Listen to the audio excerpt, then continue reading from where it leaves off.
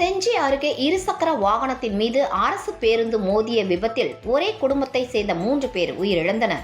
விழுப்புரம் மாவட்டம் செஞ்சியை அடுத்த ராஜாம்புலியூர் கிராமத்தை சேர்ந்தவர் துரைக்கண்ணு.